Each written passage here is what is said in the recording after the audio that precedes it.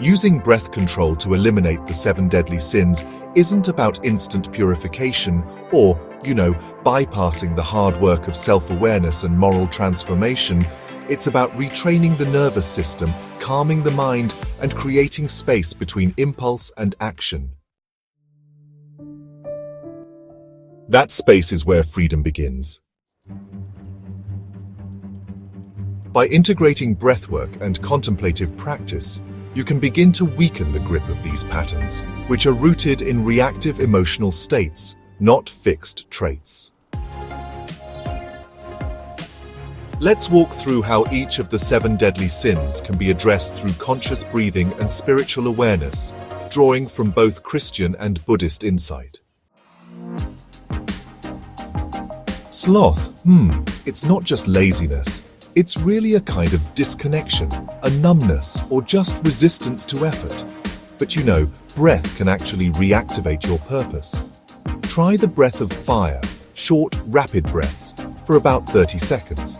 Then switch to alternate nostril breathing to help focus your mind. With each session, set a sacred intention and, if you feel called, ask for divine help to bring in discipline and fire. Remember, breath reactivates purpose. Wrath, uncontrolled anger or resentment often comes from pain, injustice, or just emotional reactivity.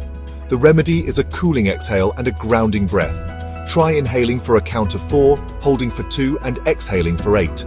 That long exhale, it activates your parasympathetic nervous system, and you can even imagine exhaling heat or fire right out of your system. Spiritually, you might reflect on Christ's forgiveness or Buddhist compassion, metta. Try to see the person behind the offense. When breath softens your nervous system, reaction gives way to grace. Envy, jealousy, comparing yourself to others, often has its root in insecurity or a false sense of self. The remedy here is the self-compassion breath. As you inhale, think, I am enough. As you exhale, may they be blessed.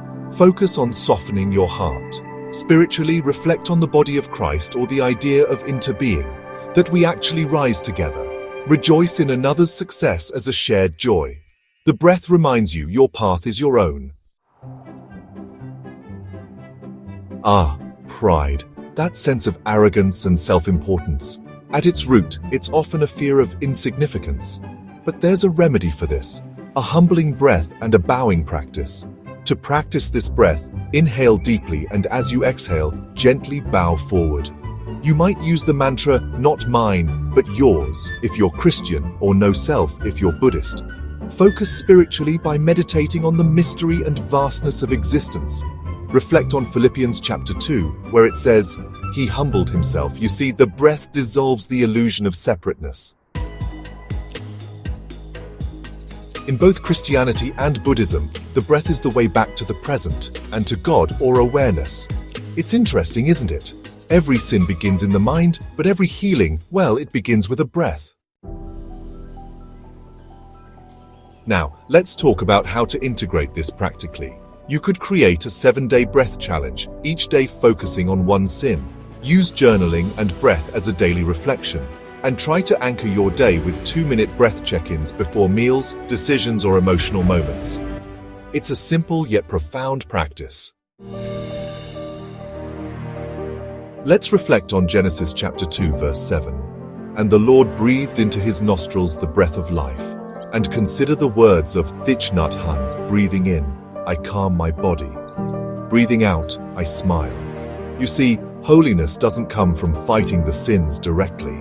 It comes from watching, softening, releasing, and returning to your breath, again and again.